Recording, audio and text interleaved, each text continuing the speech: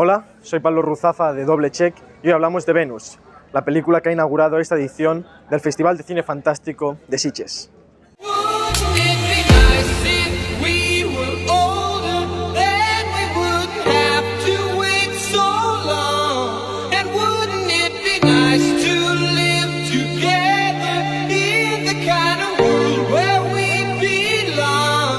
Venus está dirigida por el catalán Jaume Balagueró, cineasta fundamental del género en las últimas décadas y asiduo de este festival.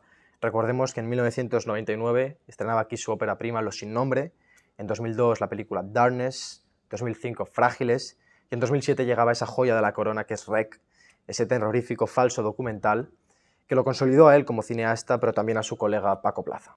Ahora estrena Venus, película enmarcada dentro del sello The Fear Collection creado por Alex de la Iglesia y que pretende aglutinar una serie de películas del género. Veamos antes unas imágenes.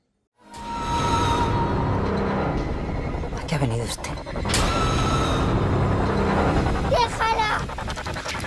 Ya no hay marcha atrás.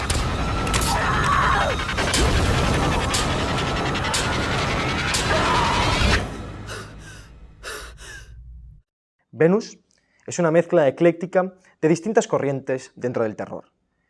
Ya decía Balagueró que su obra, su película, estaba basada en uno de los cuentos de H.P. Lovecraft de 1933, Los sueños en la casa de la bruja. Un cuento del que ciertamente toma elementos, pero que fusiona con otras convenciones del género. Es decir, en Venus vemos muchas películas. Quizás la más representativa sea La semilla del diablo, de Roman Polanski, pero es un relato que se compone de distintos trazos de elementos del género, es decir, desde el gore más repulsivo, monstruos, brujas, rituales satánicos, niñas siniestras, un crisol de lo que más gusta del género, creo yo que muy bien cohesionado y que vehicula con acierto una trama que tiene distintos frentes narrativos abiertos. Lo más destacable quizás sea el papel de Esther Expósito, que aquí no solo demuestra que es una actriz con grandes dotes interpretativas, sino que además puede acarrear el peso de una película de este nivel. Esther Expósito es la heroína de la película, la Jamie Lee Curtis de Venus.